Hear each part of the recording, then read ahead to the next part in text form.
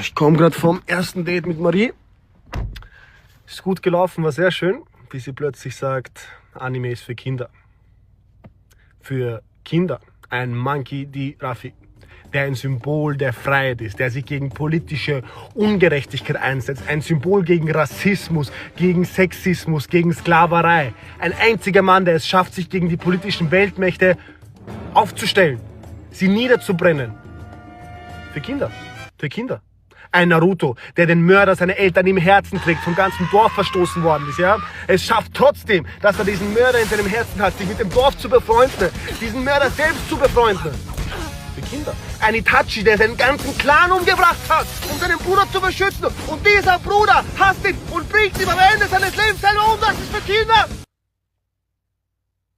Für Kinder. Ja, ich glaube, zweites Date wird es nicht geben.